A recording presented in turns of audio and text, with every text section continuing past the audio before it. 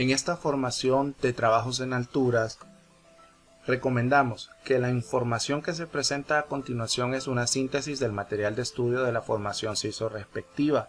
Es un apoyo visual y audible previa a la realización de la evaluación misma. Y recomendamos que se comunique con su supervisor CISO, quien le va a facilitar los materiales de estudio para que los lea detenidamente y así poder comprender mucho mejor esta presentación y proceder a la evaluación misma y obtener una calificación mínima de 75% para poder aprobarla. ¿Qué objetivos tenemos en esta formación? Vamos a conocer conceptos y definiciones, la jerarquía de control aplicada en los trabajos en alturas, las disposiciones generales, los sistemas de protección contra caídas, el cálculo de la distancia de caída libre y qué documentos son necesarios para realizar un trabajo en alturas. En los conceptos y definiciones vamos a definir qué es un trabajo en altura. Vamos a considerar un trabajo en alturas cualquier trabajo que se realice a más de 1.80 metros respecto al nivel del suelo. El personal que ejecuta la actividad deberá contar con sistemas de protección personal contra caídas especiales para la actividad. Dentro de estos podemos mencionar lo que son los andamios, las escaleras portátiles, las barandas, las redes de seguridad, los anclajes, conectores, cuerdas de vida y arnés de seguridad como sistema de protección personal específico para evitar caídas, y el brazo articulado. Cada uno de ellos los vamos a ver detenidamente a continuación. La jerarquía de control en los trabajos en alturas es aplicada en cada una de sus líneas. En el caso de la eliminación consiste en eliminar completamente la necesidad de hacer un trabajo en alturas para que realizar esta actividad pueda provocar un daño corporal de inmediato o a futuro, pues queremos eliminarlo.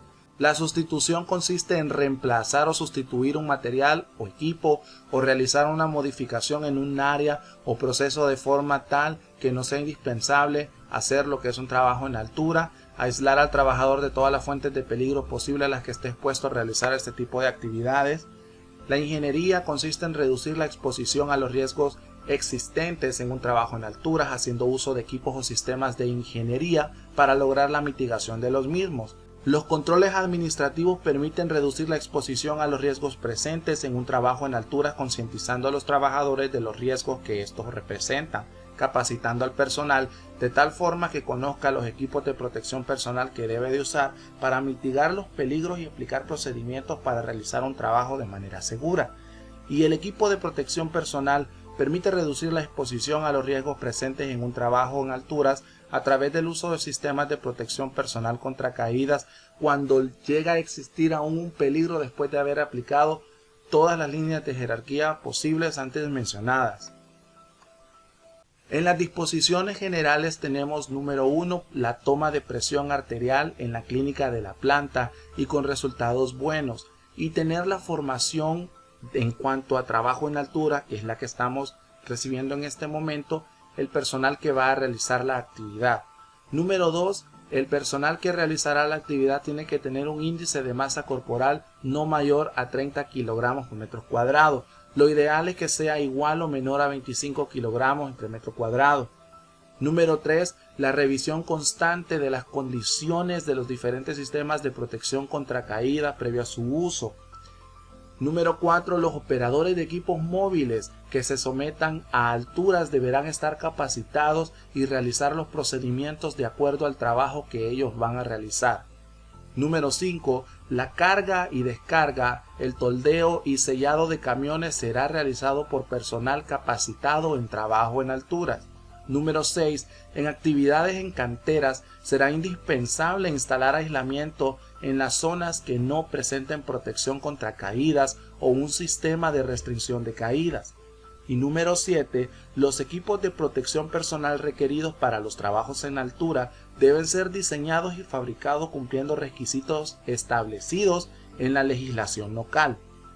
El cálculo del índice de masa corporal es realizado a través de una fórmula sencilla que es el peso en kilogramos dividido entre la altura al cuadrado. La altura debe estar en metros. Vamos a hacer un ejemplo para comprender esta fórmula y hacer el cálculo. Juan tiene un peso de 190 libras y tiene una altura o una estatura de 1.80 metros. Primero que nada, el peso que nos dan aquí de Juan está en libras y debemos pasarlo a kilogramos.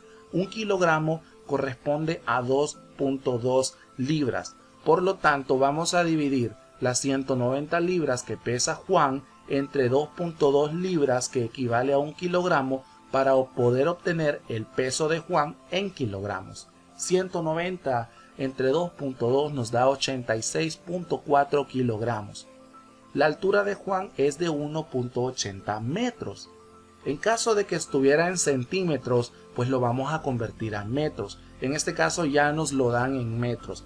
Pero si vemos en la fórmula, la estatura se multiplica por ella misma. Es decir, estatura por estatura para poder tener los metros al cuadrado. Entonces la estatura de Juan va a ser 1.80 por 1.80. Es decir, la respuesta 3.6 metros cuadrados. Entonces, el índice de masa corporal va a ser el peso en kilogramos entre la estatura al cuadrado, es decir, 86.4 kilogramos de peso entre 3.6 metros cuadrados correspondientes a la altura de Juan, que nos va a dar un índice de masa corporal de 24. Si vemos las imágenes en la parte inferior, 24 corresponde al índice de masa corporal en un estado normal. Y es allí, en el índice de masa corporal normal, que corresponde de 18.5 a 24.9, donde debe de estar el personal que va a realizar los trabajos en altura, con muchísimas razones. Si el índice de masa corporal va aumentando, el empleado o el colaborador está en sobrepeso y puede llegar a diferentes grados de obesidad, como vamos viendo en la escala inferior. Y si está menor al peso ideal o al peso normal, la persona presenta bajo peso. Vamos a ver ahora los diferentes sistemas de seguridad que podemos utilizar en los trabajos de altura o los alcances que nos dan. Comenzamos con los andamios. Es una estructura elevada de carácter temporal. Está compuesta de plataformas y defensas de protección que se utilizan para sostener a los trabajadores y materiales a fin de poder realizar un trabajo en sitios inaccesibles desde lugares firmes en el curso de cualquier trabajo de mantenimiento, reparaciones, montaje, construcción o demolición. Estos se clasifican en 4.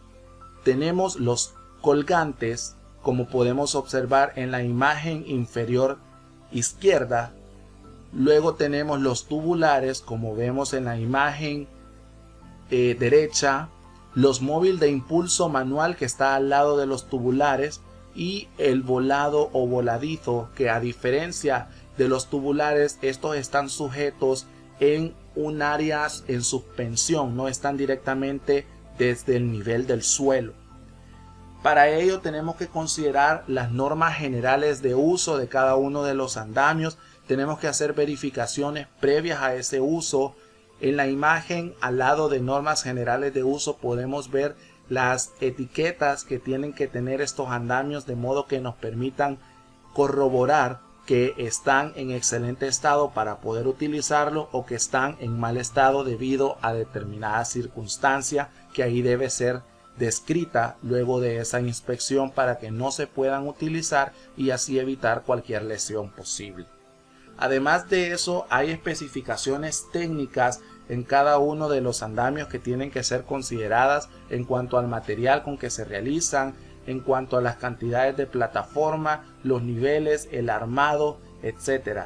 La inspección previa al uso hace referencia a una inspección visual de cada una de las partes que comprende uno o varios de los tipos que estamos viendo de andamios, previo a su armado o a su montaje.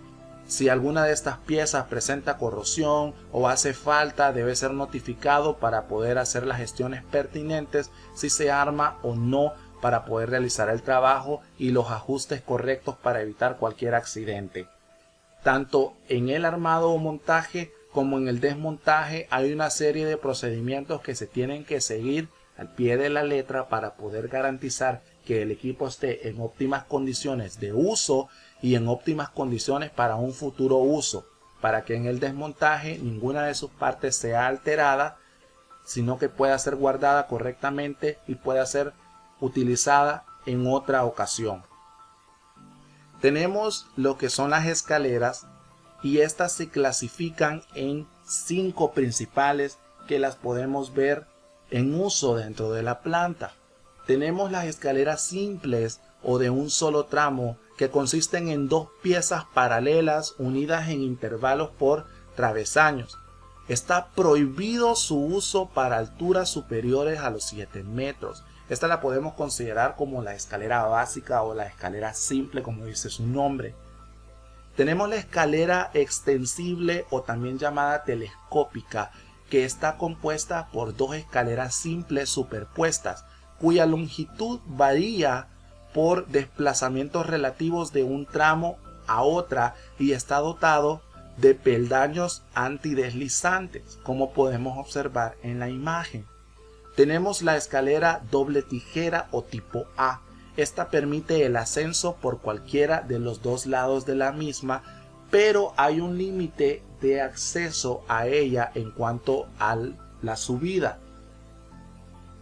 En el caso de la escalera fija, esta permite comunicar de forma permanente 2 espacios diferentes que se hayan separado por una distancia determinada. Y las móviles de almacén son utilizadas para alcanzar objetos ubicados en diferentes estanques de los racks en un almacén. Dentro de las normas específicas para las escaleras, vamos a ver que en el caso de las escaleras simples, la inclinación adecuada segura debe ser, como podemos ver en la imagen, correspondiente a la altura. Debe haber un área de la altura entre 4 como mínimo. Las zapatas tienen que ser antideslizante, o sea, el pie de la escalera, y estas zapatas tienen que apoyarse en un piso firme. Al transportar una escalera tenemos que tener cuidado con las personas que transitan para evitar accidentes.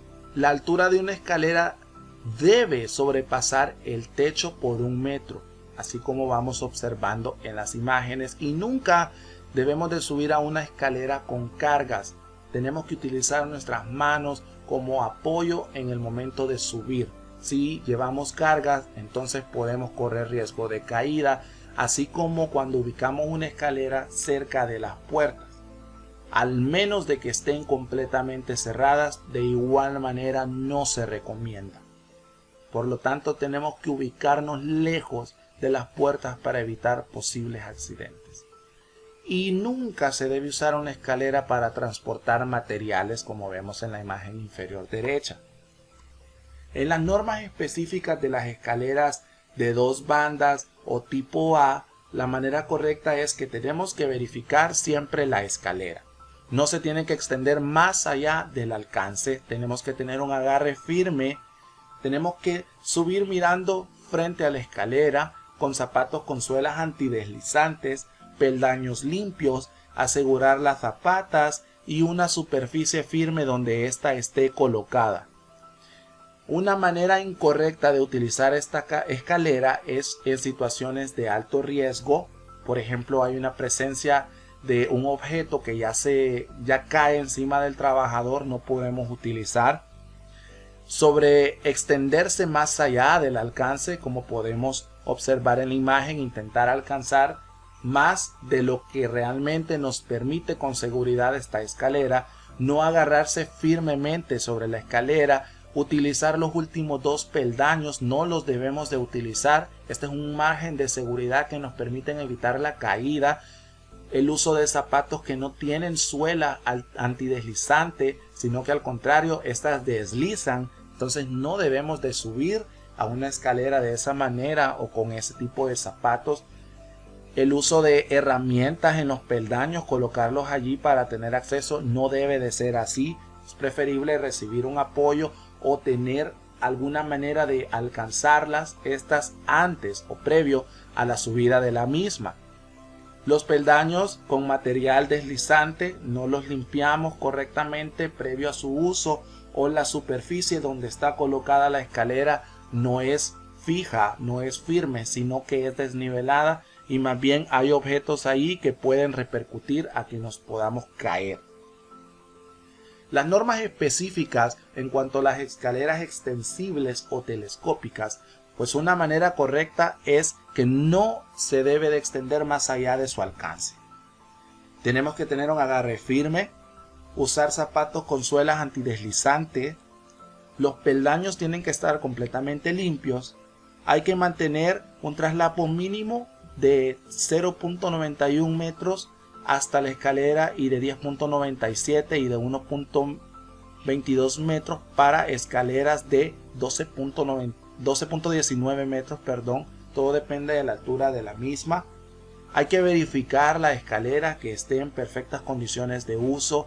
Tenemos que solicitar ayuda, como podemos observar en la imagen izquierda, que esta persona también, el hecho de que nos esté ayudando, tiene que tener suelas antideslizantes, tiene que estar en el ángulo correcto, como podemos observar allí esta escalera, y es que la distancia entre la pared, como vemos allí, tiene que ser de 1 pie por cada 4 pies de altura, el ángulo correcto, y estar en una superficie firme,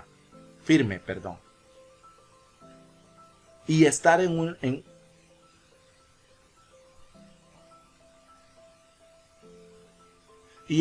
una superficie firme. La manera incorrecta de usar esta escalera es cuando, por ejemplo, vemos allí que hay peligro de electrocución, cuando hay situaciones de alto riesgo, no podemos utilizarla. Sobreextendernos más allá del alcance que ésta tiene, sin agarre firme sobre la escalera, parado sobre el segundo peldaño, lo que puede repercutir a que ésta se deslice. Los zapatos que andamos no son antideslizantes, hay un traslape de un peldaño y los peldaños están con material deslizante también, superficie desnivelada y con objetos, y la base está con demasiada distancia de la pared, además de no contar con una persona de apoyo, lo que puede repercutir a una caída. En las restricciones del trabajo con las escaleras podemos encontrar que no deben ser utilizadas simultáneamente por más de un trabajador. Aún las escaleras tipo A, que permiten el acceso por ambos lados, debe ser utilizada únicamente por una persona en el momento de su operación. Se asegurará la aplicación de los 3 puntos de apoyo para subir y bajar.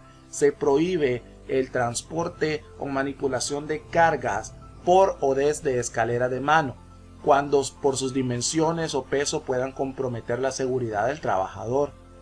Las escaleras de tijera o dobles estarán provistas del limitador de abertura, que es lo que observamos en la parte media, que forma una letra A básicamente. No subir más arriba de la zona demarcada como prohibida. No utilizar los peldaños como soportes para tablones. No utilizar las escaleras como medios de transporte para materiales, pasarelas, andamios, pisos de trabajo, cualquier otro fin que no sea para el que ha sido diseñada. Hay que garantizar la estabilidad de la escalera y asegurarse que el apoyo esté nivelado, y no utilizar elementos encima de escaleras para dar más altura para realizar cualquier tipo de trabajo. Las barandas están constituidas por estructuras que se requieren para evitar caídas en pasarelas, pasillos, escaleras fijas, entre otras. Pueden ser portátiles o fijas, y también ser permanentes o temporales según la tarea que éstas desarrollen.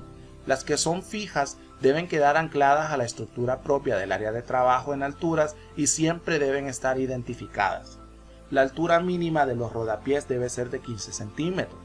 Ninguna de las gradas tendrá una altura mayor de 3.70 metros entre descansos.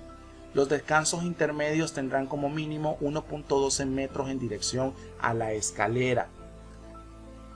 En cuanto a las redes, son consideradas como una de las principales medidas de protección pasiva que tienen como función detener o capturar al trabajador u objetos en el trayecto de su caída sin permitir un impacto contra estructuras o elementos.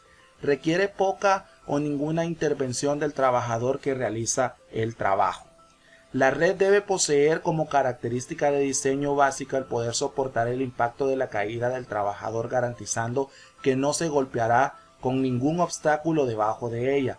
esta solo puede ser instalada por personal calificado y no podrá colocarse en ningún caso a menos de 2 metros sobre el suelo y deberá presentar una ligera inclinación hacia el interior, a fin de impedir rebotes hacia el exterior, como podemos observar el efecto que produce cuando el trabajador está en esta red, así como se ve en la imagen. Los sistemas de protección personal contra caídas directamente en nuestro cuerpo, como principio, pues las personas deben estar protegidas a la exposición de todos los riesgos mientras ejecutan tareas o actividades. Cuando al realizar trabajos en altura no se puede aplicar la jerarquía de control en los niveles de eliminación, en los niveles de aislamiento o soluciones de ingeniería, el uso de los sistemas de protección contra caídas es la última barrera para evitar la exposición al riesgo de caer. Es importante recordar que en esta unidad de negocios de Argos Honduras se considerará la necesidad de aplicación de medidas de control de protección contra caídas en trabajos a una altura igual o mayor a 1.80 metros desde el nivel inferior donde estemos parados. Hay que recordar el ABC de los sistemas de protección contra caída: un anclaje, un buen arnés y una conexión. Hay diferentes clases de anclaje, como podemos ver, y se dividen de esta manera: clase A1, clase A2, clase B, clase C, clase D, clase E, y hay algunos anclajes del tipo D que podemos observar en las imágenes, y hay fajas o eslingas de lazo temporal.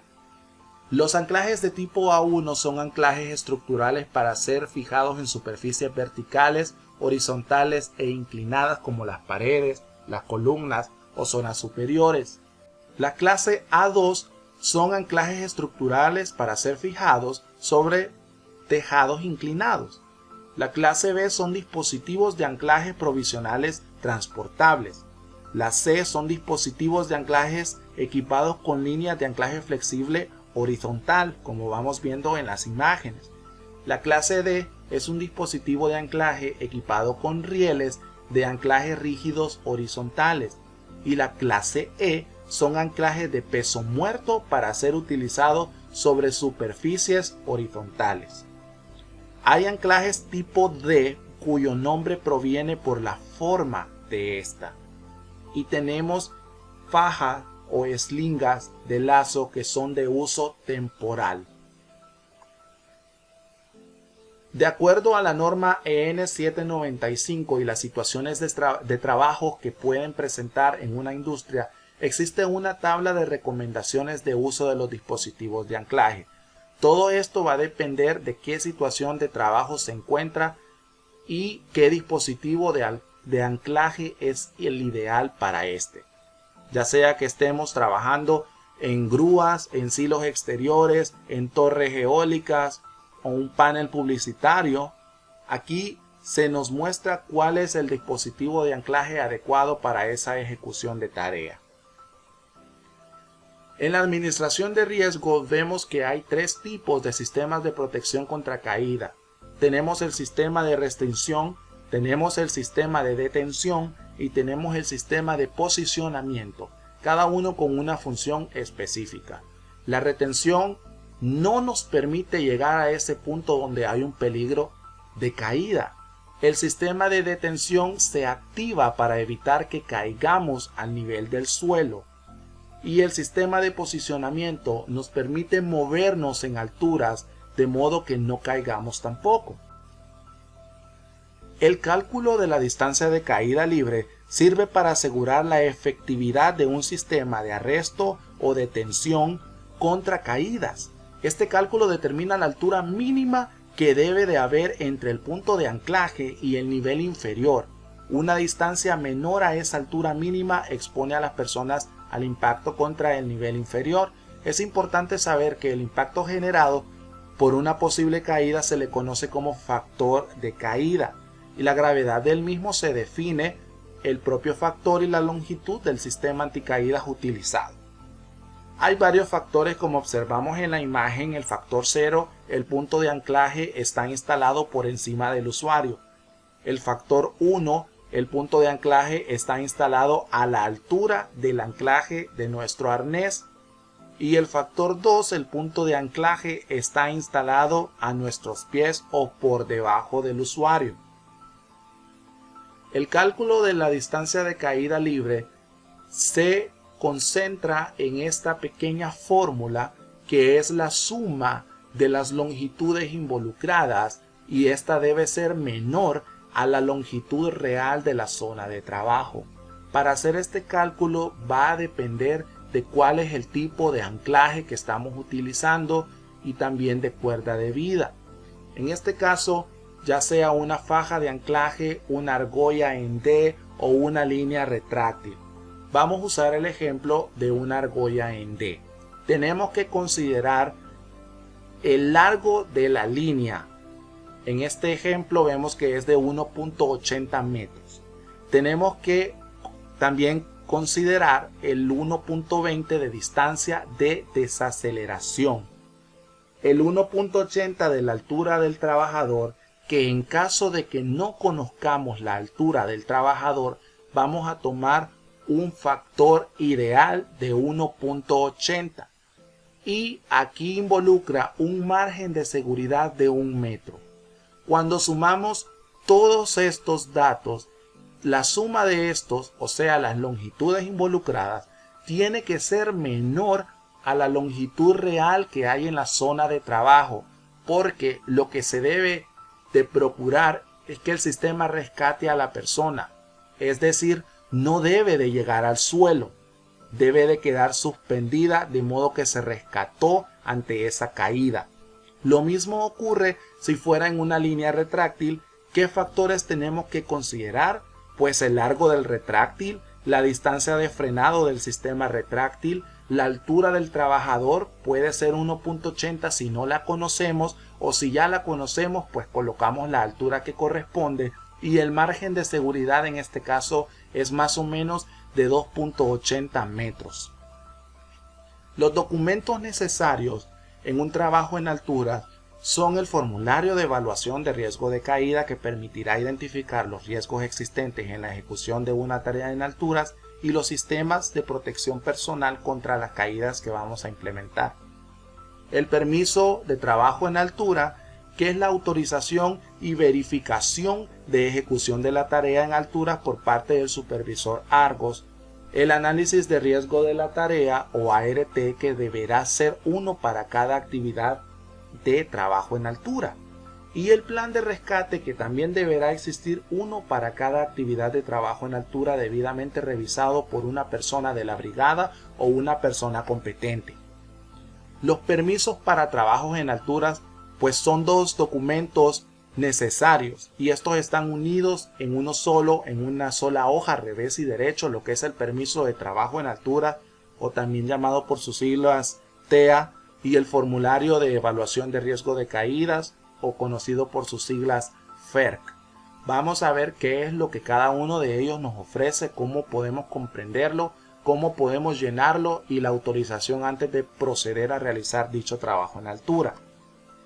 En el caso del FERC, tiene como finalidad que el ejecutor, una vez que identificó un riesgo potencial de caída, identifique todos los riesgos de la actividad y determinar los niveles de la jerarquía de control más adecuados para controlar ese riesgo de caída. Además, permite describir los requerimientos de protección contra caídas para este trabajo, identificación de los riesgos de la caída, los métodos de control existentes, los sistemas de protección personal contra caída y el cálculo de la altura de la caída, el sistema de arresto.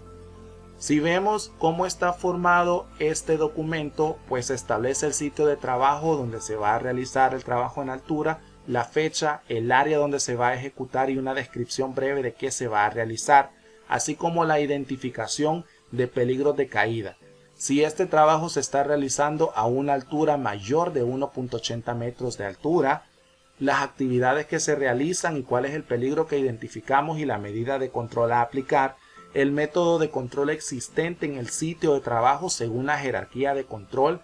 Hay que dar una pequeña descripción de qué control existente tenemos, si se requiere la realización de un TEA, los requerimientos para el trabajo, los sistemas de protección contra caída, cuál es el idóneo para esa actividad que se va a ejecutar, cuáles son los puntos de anclaje que hay, se va a hacer un anclaje temporal o ya hay uno permanente que vamos a utilizar, y la realización del cálculo de caída, además de colocar el nombre de quien ha realizado este formulario.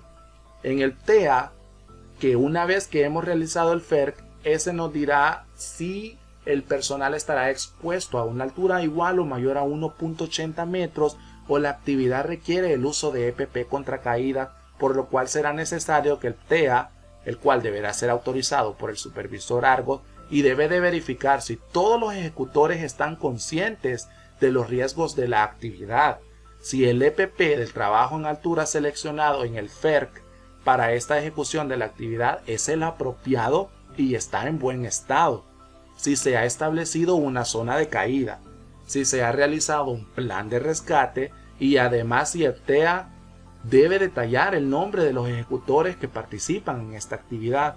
Como vemos, ese es el esquema que forma este documento. Además, qué medios de comunicación se cuentan, si teléfono, radio, a través de voz o cuerda se va a realizar.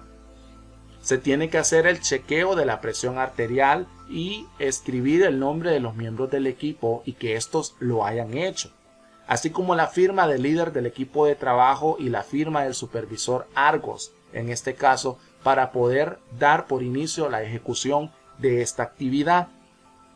La planificación de emergencia y rescate se debe realizar tanto para espacios confinados como para trabajos en alturas, y lo que nos permite es identificar qué peligros pueden haber en esa actividad y cómo vamos a actuar en el caso de un incidente, cómo vamos a actuar a realizar una emergencia o un rescate. Está constituido a través de diferentes secciones que tenemos que llenar, como la instalación donde se está realizando ese trabajo, qué tipo de trabajo es, cuándo se está ejecutando, a qué horas. Si es en un espacio confinado, hay que colocar el nombre de un observador, el lugar donde se está ejecutando el trabajo y una breve descripción del mismo, así como nos facilitan los números de contacto de emergencia de planta por cualquier incidente que ocurra. Se deben ingresar los datos de los brigadistas quienes van a revisar este plan y autorizarlo, así como del supervisor Argos y el supervisor contratista. Se debe dar los datos de quiénes son los contactos en caso de emergencia de los miembros del equipo o dónde tienen su seguro médico, en este caso hospital o clínica, así como la información del equipo de trabajo, sus nombres, su tipo de sangre, qué dolencia o padecimiento tienen, el nombre de un familiar de contacto en caso de cualquier incidente y el número de teléfono para poder contactarle. En la parte inferior también nos aparecen los teléfonos de cuerpos de socorro externo en caso de ser necesaria la atención de estos.